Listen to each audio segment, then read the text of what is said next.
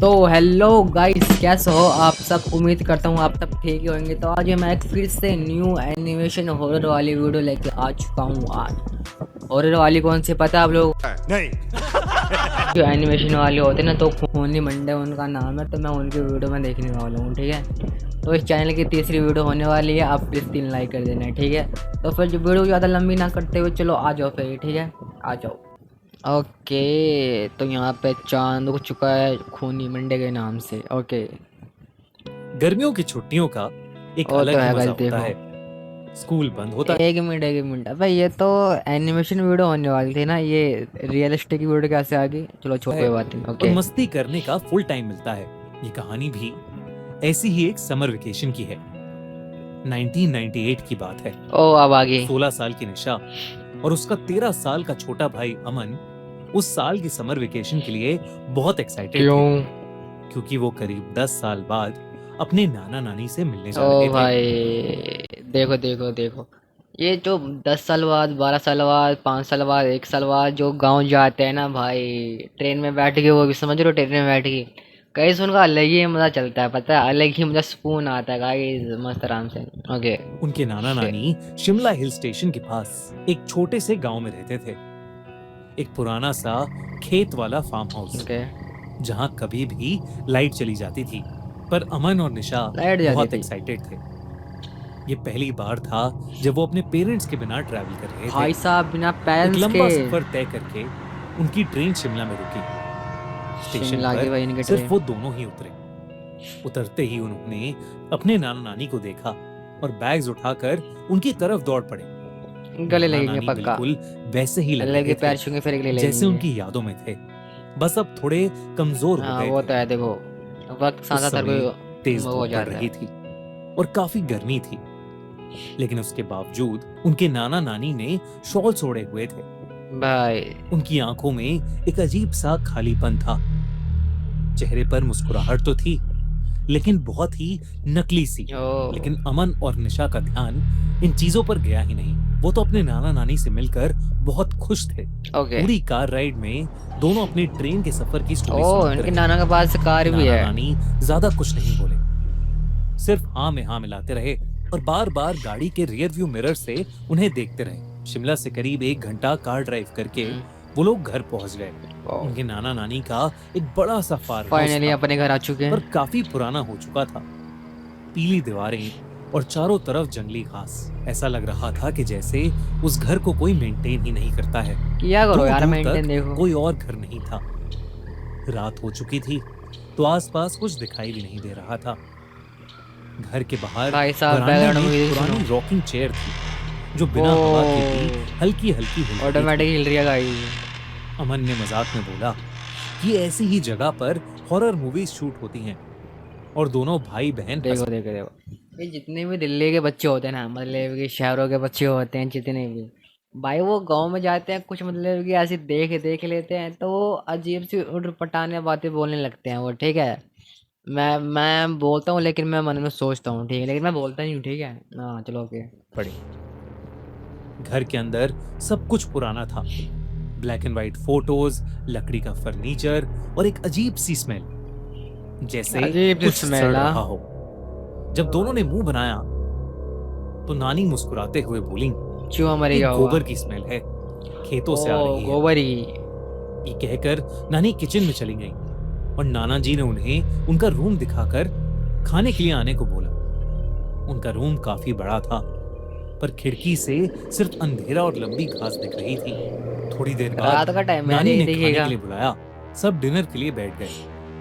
नाना नानी उनके साथ डाइनिंग टेबल पर बैठे तो सही, पर ऐसे उन्होंने बना के कुछ आ रहे हैं इनके खाया घर नहीं। में? बस यही क्यों रिपीट भाई? करते रहे कि वो दोनों कितने खुश हैं कि बच्चे आए हैं। ये बात दोनों बच्चों को पहले तो बहुत अजीब लगी, पर वो दोनों अपने नाना नानी से 10 साल बाद मिल रहे थे।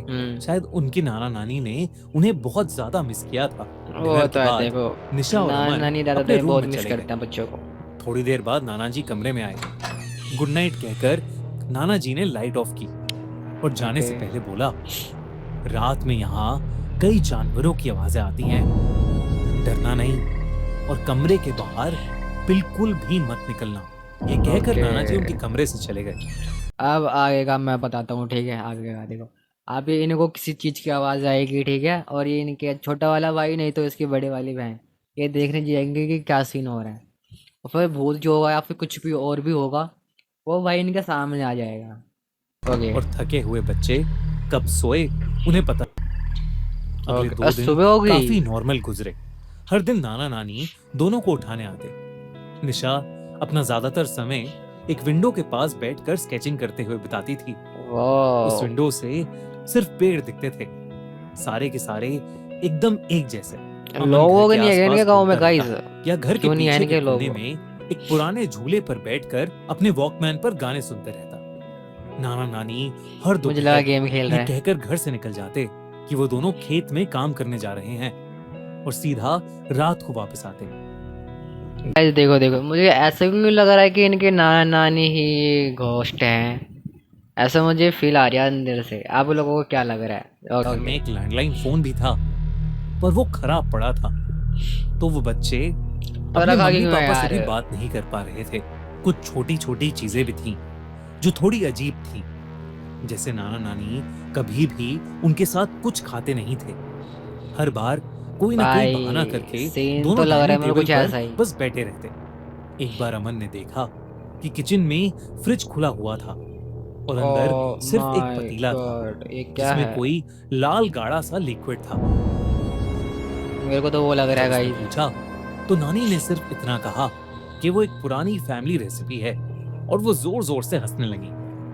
अक्सर नानी बेवजह जोर जोर से हंसना शुरू कर देती थी और नाना जी कई क्यों? घंटों तक एक ही जगह बैठकर सामने किसी चीज को घूरते रहते। दोनों भाई बहन को लगा कि ये सब बुढ़ापे की निशानी है। उस रात निशा की बड़ा आंख बेगा किसी निशानी। आवाज से खुली। आवाज दरवाजे के बाहर से आई थी। तभी दरवाजे के नीचे से एक बड़ी सी शैडो गुजरी, सिर्फ 1 सेकंड के लिए। ओ नाना जी की भाई, वार्निंग भूलकर निशा दरवाजे के पास दबे पांव गई और उसने मत धीरे जा से बे। दरवाजा खोला। वो अजीब सी बदबू अब और तेज हो गई थी। अब इसके पीछे भी जाएगी सामने पक्का। अंधेरा था, पर किसी के गुर्राने की आवाज आ रही कहा था थी। ना मैंने। वो कोई जानवर नहीं लग रहा था, वो कुछ और ही था। इससे क्या पहले कि है गाइस निशा वो? उसके पास जाकर कुछ समझ पाती, अचानक से किसी ने उसके कंधे पर हाथ रखा और उसकी नाना चीख नानी निकल होंगे गई। पक्का। पक्का इसके नाना उसके नानी पीछे होंगे। उसकी नानी थी। ओ उनके माय चेहरे गॉड, पर इतनी अब भी डरावनी। वही अजीब सी नकली स्माइल थी इसकी और स्किन उनका यार चेहरा कैसे हो गई? हाँ अजीब सा वही। सफेद पड़ चुका था। हाँ वही। उन्होंने निशा को भाई सोने को कहा। घबराई हुई निशा चुपचाप अपने कमरे में वापस आ गई, लेकिन वो डर के मारे सो ही नहीं पा रही थी। भाई साहब, निशा अब को कोई कैसे अब सो उस सकता है जगह भाई से इतना वो देखने के एक बाद? घबराहट होने लगी थी। अगली सुबह नाना नानी उसके कमरे में आए।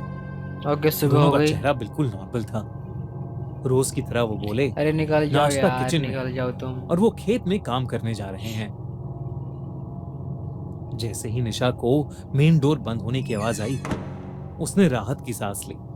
उस दोपहर अमन बाहर झूले पर बैठकर अपना हॉलिडे होमवर्क कर रहा था ओके। जब उसे घर के अंदर घर पे से कर लेता कुछ गधे अपने बच्चों के वाले, खेलने की गाँव में आवाज क्यों आई। कर रहा है? उसने पीछे वाली खिड़की से झांका तो उसे एक परछाई दिखी, मानो किसी छोटे से लड़के की हो। अमन को लगा कि शायद घर पर मेहमान आए हैं, पर जब वो घर के अंदर क्या गया ये इसके पीछे तो पीछे वहां जाने वाला निशा के है? अलावा कोई नहीं था। वो पूरे घर में उस लड़के को ढूंढने लगा और तब उसका ध्यान ड्राइंग रूम में पड़ी ब्लैक एंड व्हाइट फोटोज पर गया। बीच में उनके नाना नानी माय की एक बड़ी सी गॉड, फोटो थी और उनकी इनके आंखों से आंखों में खून खून। बह रहा था। ये वही। देखकर अमन डर गया। उसने फौरन निशा को बुलाकर वो फोटोज दिखाई, लेकिन तब वो फोटोज एकदम नॉर्मल थी। और निशा ने भी अमन भाई को अपने साथ हुआ कल रात का किस्सा बताया। निकल दोनों लो बच्चों के गाइस, तुम हाथ तो पैर निकल लो ठंडे पड़ सीधे। चुके थे। आखिर चल क्या रहा था उस घर में? घर में टोटल 3 कमरे थे। उनके नाना नानी का रूम फर्स्ट फ्लोर पर था और वो हमेशा ही बंद चेक रहता करो, था। चेक करो, चेक करो इनका ऐसा लग रूम, रहा चेक था करो, कि कुछ तो जैसे गड़बड़ होने वाला वो है। गंदी सी बदबू उन्हीं के कमरे से आ रही है। उन दोनों देखो देखो देखो देखो, गंदे से दूसरा याद आया भाई। जो मैं सोच रहा हूँ ना अब वही होने होगा। देखो मैं ये सोच रहा हूँ कि ये मर चुकी है इनकी नानी, ठीक है। इनकी बॉडी यहीं पे ही है, दोनों की बॉडी और इनमें से स्मेल आ रही है, पक्का लिख के कह रहा हूँ। ओके। उन्होंने किसी तरह चाबियों के गुच्छे से चाबी ढूंढकर वो कमरा खोला। दरवाजा खोलते ही उन्हें एक बहुत ही गंदी स्मेल अब आई। ये स्मेल से तो अंदर सुन बेड तो पर सूंघते जाएंगे। दो सड़ती हुई बॉडीज पड़ी भाई थी। साहब, दोनों अपना मुंह ढककर थोड़ा और पास गए तो निशा ने देखा कि एक बॉडी के गले में वही लॉकेट था देखो कहा था जो ना मैंने, नन्ही कहा पहना था करती मैंने थी। गाइस देखो। निशा के पैरों तले जमीन खिसक गई। वो समझ गई कि ये लाशें उनके गाइस भाई मैं हूँ भाई, मैं हूँ ठीक है। हाँ मैं जीनियस हूँ, मेरी बात का यकीन किया करो ठीक है। ओके। नाना नानी की हैं। पर अगर ये लाशें उनके नाना नानी की हैं तो वो कौन है ये आत्मा जिनके है साथ इनकी। वो रह रहे हैं? दोस्तों ये था इस कहानी का पार्ट 1। ओके ओके गाइस, देखो पार्ट 2 देखने के लिए मैं रेडी हूँ ठीक है। आप लोग प्लीज़ बता देना आप लोग रेडी हो या नहीं हो, ठीक है। तो वीडियो यहीं ख़त्म करते हैं, मिलते हैं अगली वीडियो में। अगली वीडियो किस टॉपिक पे बुलाऊँ प्लीज़ कमेंट कर देना, ठीक है। जब तक के लिए बाय बाय।